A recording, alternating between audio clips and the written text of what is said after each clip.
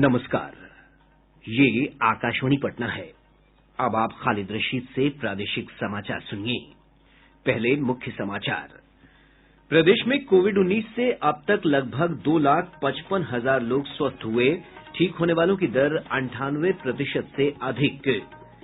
देश में कोविड टीकाकरण का अभियान जारी। अब तक 7,86,842 लोगों को दिया गया टीका। केंद्र सरकार ने 1.5 साल तक कृषि सुधार कानून स्थगित रखने का प्रस्ताव दिया। किसान आंदोलन समाप्त होने के आसार बढ़े।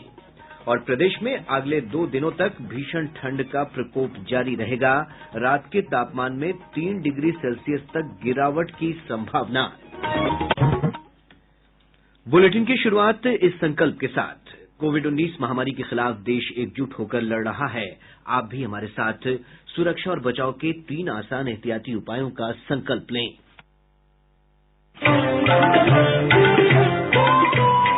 कोविड-19 से बचाव और सुरक्षित रहने के 3 उपाय। मास्क लगाएं, 2 गज दूरी है जरूरी, सुरक्षित दूरी रखें, हाथ और मुंह साफ रखें। अब समाचार विस्तार से।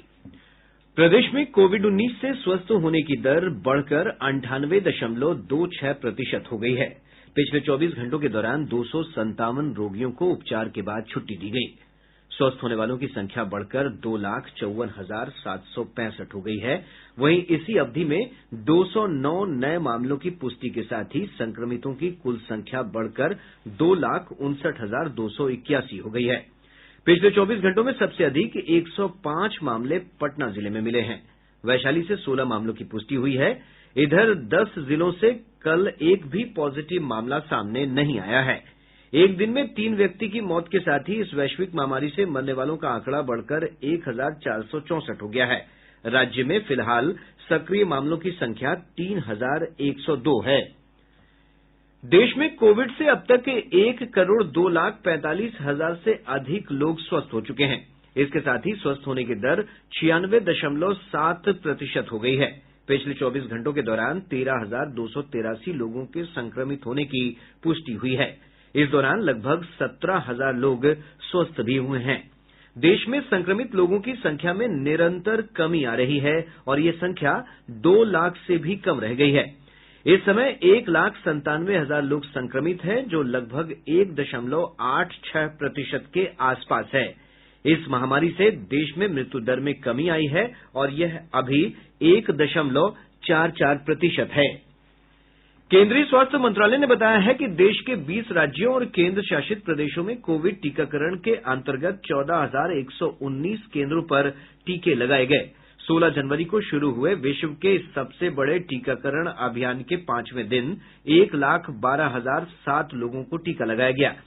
अपर स्वास्थ्य सचिव डॉक्टर मनोहर अगनानी ने नई दिल्ली में पत्रकारों को बताया कि 5 दिन में 7,86,842 लोगों को टीका लगाया जा चुका है। उन्होंने बताया कि अब तक देश में हुए टीकाकरण के बाद किसी को भी कोई गंभीर शिकायत नहीं हुई है। श्री अगनानी ने बताया कि कोविन सॉफ्टवेयर को और बेहतर बनाकर उसमें नए फीचर्स जोड़े गए हैं। कोविन सॉफ्टवेयर उसमें भी हम संशोधन करते जा रहे हैं और एक नया फीचर इसमें हमने ऐड किया है जिसको हम अलॉट बेनिफिशियरी है, जो पहले से ही ऑनगोइंग सेशंस है उसमें इसको जोड़ा है। इसका उद्देश्य ये है कि हम अधिकतम लोगों को जोड़ सकें और हमारी जो कवरेज है वो बेहतर हो सके। लेकिन जो बेनिफिशियरीज ऑलरेडी रजिस्टर्ड हैं डेटाबेस में, उन्हीं के लिए ये सुविधा है। और इस इन्हांसमेंट में हमने ये भी प्रावधान किया है कि यदि किसी व्यक्ति का नाम तलाश न हो तो डेटाबेस में उसके मोबाइल नंबर के माध्यम से खोजा जा सकता है।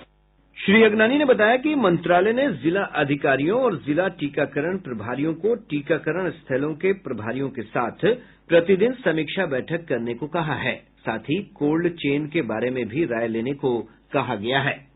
विशेषज्ञों का कहना है कि कोविड टीका पूरी तरह सुरक्षित है। राज्य में टीका लेने के बाद प्रतिकूल प्रभाव पड़ने के मामले बहुत कम संख्या में आए हैं।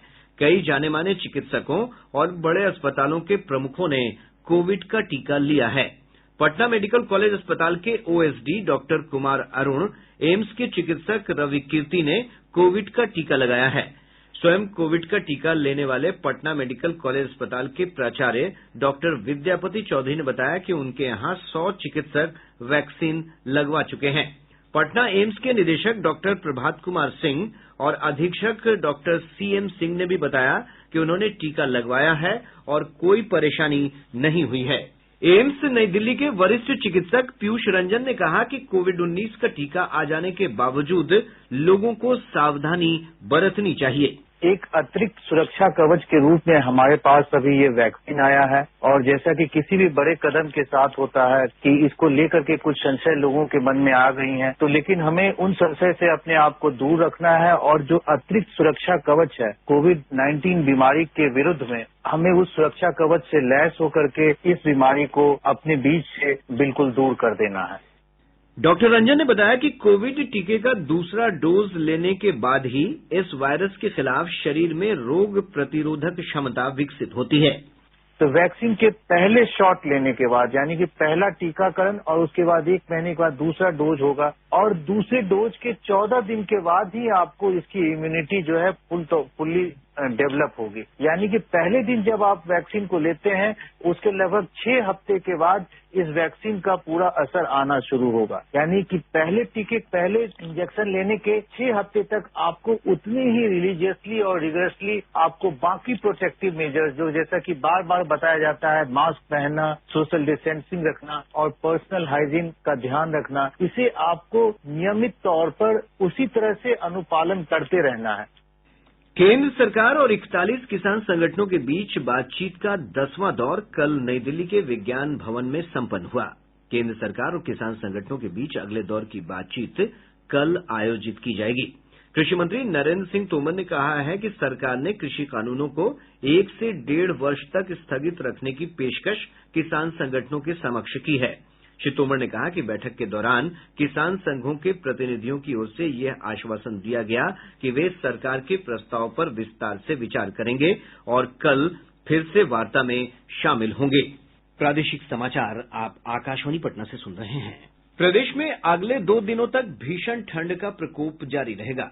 मौसम विभाग के अनुसार कल से पश्चिमी विक्षोभ भी गहरा सकता है, जिससे रात के तापमान में 2 से 3 डिग्री सेल्सियस तक गिरावट होने की संभावना है। आज पटना सहित आसपास के क्षेत्रों में सुबह से ही घना कोहरा छाया हुआ है। इधर राज्य में ठंड से आम जनजीवन प्रभावित है। कल डेहरी राज्य का सबसे ठंडा स्थान रहा, जहां का न्यूनतम तापमान 7.5 डिग्री सेल्सियस रिकॉर्ड किया गया। कोहरे के कारण हवाई, ट्रेन और सड़क यातायात प्रभावित हो रहा है। कई रेलगाड़ियां विलंब से चल रही हैं, जबकि पटना और दरभंगा हवाई अड्डे से विमानों की आवाजाही भी प्रभावित हुई है। विधान परिषद की 2 सीटों के लिए हो रहे उपचुनाव में आज नामांकन पत्र वापसी का अंतिम दिन है। इन सीटों पर केवल 2 उम्मीदवारों भारतीय जनता पार्टी के वरिष्ठ नेता सैयद शाहनवाज हुसैन और विकासशील इंसान पार्टी के अध्यक्ष मुकेश सहनी ने नामांकन किया है। दोनों के निर्विरोध चुने जाने की घोषणा आज की जाएगी। 11वें राष्ट्रीय मतदाता दिवस के मौके पर 25 जनवरी को निर्वाचन प्रक्रिया में उल्लेखनीय योगदान करने वाले राज्य के 7 पदाधिकारी और स्वयं सहायता समूह जीविका को राष्ट्रीय पुरस्कार के लिए चयनित किया गया है। चुनाव आयोग ने कल चयन किए गए नामों की घोषणा की। आयोग के अनुसार कोरोना काल में देश का पहला बड़ा चुनाव बिहार विधानसभा आम निर्वाचन 2020 सफलतापूर्वक आयोजित करने के लिए बिहार को इलेक्शन मैनेजमेंट अवार्ड में बेस्ट स्टेट पुरस्कार दिया गया है। यह अवार्ड राज्य के मुख्य निर्वाचन पदाधिकारी HR श्रीनिवास लेंगे। साथ ही बेहतर सुरक्षा प्रबंध के लिए अपर पुलिस महानिदेशक ADG मुख्यालय जितेंद्र कुमार, पुलिस महानिरीक्षक पूर्णिया विनोद कुमार को मरणोपरांत और पुलिस अधीक्षक पूर्णिया विशाल शर्मा का चयन किया गया है। पटना के तत्कालीन जिलाधिकारी कुमार रवि और कैमूर के तत्कालीन जिलाधिकारी नवल किशोर चौधरी का चयन भी इलेक्शन मैनेजमेंट के लिए बेस्ट जिला निर्वाचन पदाधिकारी की श्रेणी में किया गया है। आयोग ने कोरोना काल में चुनावों को सफलतापूर्वक कराने के लिए स्वास्थ्य विभाग के प्रधान सचिव प्रत्यय अमृत को नवाचारी उपाय की श्रेणी में विशेष पुरस्कार के लिए चयनित किया है। इसके अतिरिक्त मतदाता जागरूकता गतिविधियों में प्रभावी भूमिका निभाने के लिए जीविका संगठन का चयन CSO श्रेणी के अंतर्गत किया गया है। सिखों के 10वें गुरु गोविंद सिंह जी महाराज का 354वां प्रकाश पर्व श्रद्धा और उल्लास के साथ संपन्न हो गया। कल देर रात गुरु महाराज का जन्मोत्सव पटना साहिब स्थित तख्त श्री हरिमंदिर साहिब में मनाया गया। इसके बाद श्रद्धालुओं के बीच कड़ाह प्रसाद का वितरण किया गया। मैट्रिक परीक्षा के प्रवेश पत्र में अगर फोटो किसी दूसरे छात्र का होगा तो परीक्षार्थियों को आधार कार्ड से भी परीक्षा केंद्र में प्रवेश की अनुमति होगी। बोर्ड के अध्यक्ष ने कहा है कि इस बार बिहार बोर्ड ऐसे परीक्षार्थियों को भी परीक्षा केंद्र में प्रवेश की अनुमति देगा जिनके प्रवेश पत्र में फोटो की त्रुटि होगी। राज्य में नए बने नगर निगम क्षेत्रों में ट्रैफिक थाने खोले जाएंगे। अभी 15 ट्रैफिक थाने कार्यरत हैं। नए थानों के खुलने के बाद इनकी संख्या 21 हो जाएगी। पूर्व मध्य रेल यात्रियों की सुविधा के लिए जयनगर से भागलपुर के बीच 25 जनवरी से विशेष ट्रेन चलाएगा। मुख्य जनसंपर्क अधिकारी राजेश कुमार ने बताया कि यात्रियों की सुविधा के लिए जयनगर से भागलपुर के बीच 25 जनवरी से अगले आदेश तक के लिए प्रतिदिन पूर्णतः आरक्षित विशेष ट्रेन का परिचालन किया जाएगा। उन्होंने बताया कि भागलपुर जयनगर विशेष ट्रेन 26 जनवरी से चलेगी। केंद्र सरकार के निर्देश पर राज्य में सड़क दुर्घटना में घायल हुए लोगों का मुफ्त इलाज होगा। इसके लिए राज्य सरकार सेफ्टी फंड बनाएगी। केंद्रीय सड़क परिवहन मंत्री नितिन गडकरी ने राज्य के परिवहन मंत्रियों की बैठक में इस बात की घोषणा की है। श्री गडकरी ने कहा कि अधिकतम 1.5 लाख रुपए तक सरकार घायल के इलाज पर खर्च करेगी। राज्य की सभी पंचायतों में बस स्टॉप बनाए जाएंगे। परिवहन विभाग के सचिव संजय अग्रवाल ने बताया कि अगले 2 वर्षों में राज्य के सभी 8,387 पंचायतों में बस स्टॉप का निर्माण कर लिया जाएगा। उन्होंने कहा कि अभी 500 पंचायतों में बस स्टॉप का निर्माण कराया जा रहा है। श्री अग्रवाल ने कहा कि पंचायतों में बस स्टॉप बनाने की जिम्मेदारी जिलाधिकारियों को सौंपी गई है। उन्होंने कहा कि बस स्टॉप बनाने के लिए 10 करोड़ रुपए जारी किए गए हैं। हावड़ा कालका मेल का नाम अब नेताजी एक्सप्रेस होगा। रेल मंत्रालय ने कहा है कि ये रेलगाड़ी पुरानी रेलगाड़ियों में से एक है। गया रेलवे जंक्शन पर पुरी नई दिल्ली नीलांचल एक्सप्रेस से रेल पुलिस ने 32.5 किलो चांदी के साथ 2 तस्करों को गिरफ्तार किया है। मधेपुरा जिले में अपराधियों ने एक व्यवसायी से 7 लाख रुपए लूट लिए। वहीं जमुई जिले के सिकंदरा थाना क्षेत्र में अपराधी एक ग्राहक सेवा केंद्र संचालक से लगभग 5 लाख रुपए लूट कर फरार हो गए। अब पटना से प्रकाशित प्रमुख समाचार पत्रों की सुर्खियां। आज के सभी समाचार पत्रों ने अमेरिकी राष्ट्रपति जो बाइडेन और उपराष्ट्रपति कमला हैरिस के शपथ ग्रहण की खबर को सचित्र प्रकाशित किया है। बिहार में कोविड टीका को लेकर प्रभात खबर ने सुर्खी लगाई है 50 वर्ष से ज्यादा उम्र वालों का रजिस्ट्रेशन फरवरी से। हिन्दुस्तान ने लिखा है बाइडेन के सिर उम्मीदों का ताज।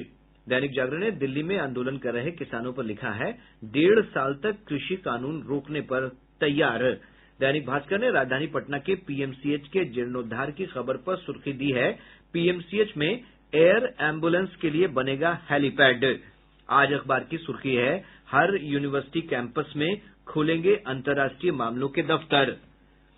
और अब अंत में मुख्य समाचार एक बार फिर। प्रदेश में कोविड-19 से अब तक लगभग 2,55,000 लोग स्वस्थ हुए। ठीक होने वालों की दर 98% से अधिक। देश में कोविड टीकाकरण का अभियान जारी। अब तक 7,86,842 लोगों को दिया गया टीका।